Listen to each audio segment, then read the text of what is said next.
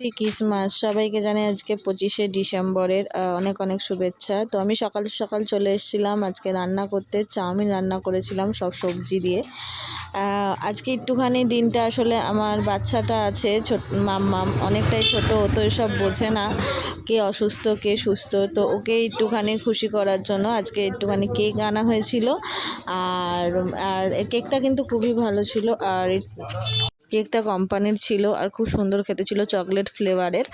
আর সত্যি কথা বলতে আর একটু হয়তো ভালো করে আনন্দ করা যেত যদি ওর বাবার পাটা না ভেঙে যেত, ভালো থাকতো। তাহলে 2 মাস ধরে ঘরে বসে থাকার কারণে কিছুটা অন্তত আমার মেয়ে তো বুঝবে না, ও বাচ্চা, তার জন্য ওকে একটু আনন্দ দেওয়ার জন্য এটাই আয়োজন করেছিলাম। আর এই যে চলে এসছে মাম্মা মামার, মানে ও খুব আনন্দ হয়েছে, ওটার সারপ্রাইজ গিফট ছিল। ও কালকে থেকেই বলছিল সান্তা ক্লজ ওকে কিছু দেয়নি কেন, তো এটাই এনেছি। 2 মাস হতে যাচ্ছে, 2 মাস যাবৎ কিন্তু ওর বাবা এখন এই যে ঘরেই বসে আছে, যেহেতু পাটা ভেঙে গেছে।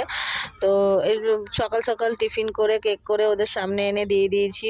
এই যে কাটছে ওর বাবা আর মেয়ে, খুব খুশি হয়েছে। আর ওর বাবা না আর ক্যামেরার সামনে আসতে চায় না, কারণ ওর বাবার একটা খারাপ লাগে, সেজন্য ওর বাবাকে ক্যামেরার সামনে আনতে পারিনি। তো একটুখানি বাচ্চাদের চেষ্টা করলাম, বাচ্চাটাকে একটুখানি আনন্দ দেওয়ার জন্য এইটুখানি আয়োজন করা। দুপুরবেলা একটু মাংস এনে রান্না করব, মুরগির মাংস।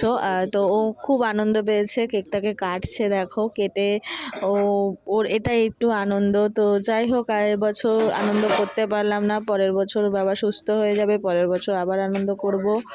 ওর বাবারও মনটা খারাপ, কারণ ও মেয়েটাকে নিয়ে একটু আনন্দ করতে পারছে না, বাইরে বেরাতে পারছে না। তোমরা সবাই আশীর্বাদ করো যাতে ওর বাবা তাড়াতাড়ি সুস্থ হয়ে যায়। আর কেকটা আমি পিস করে দিচ্ছি।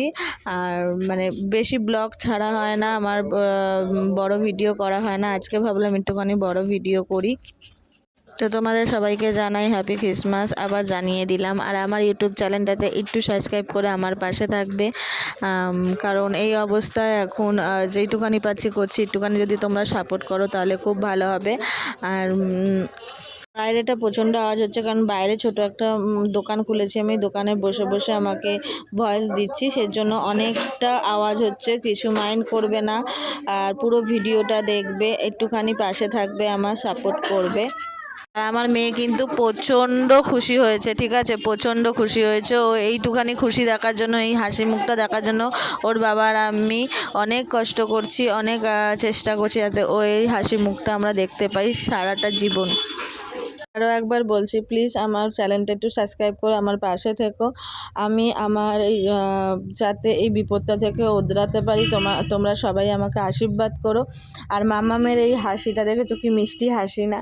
তো আজকে সকালবেলা চাউমিন আর এই কেক দেওয়ার পর আমি কিন্তু মুরগির মাংস রান্না করে ফেলেছিলাম, তোমরা দেখতেই পারবে।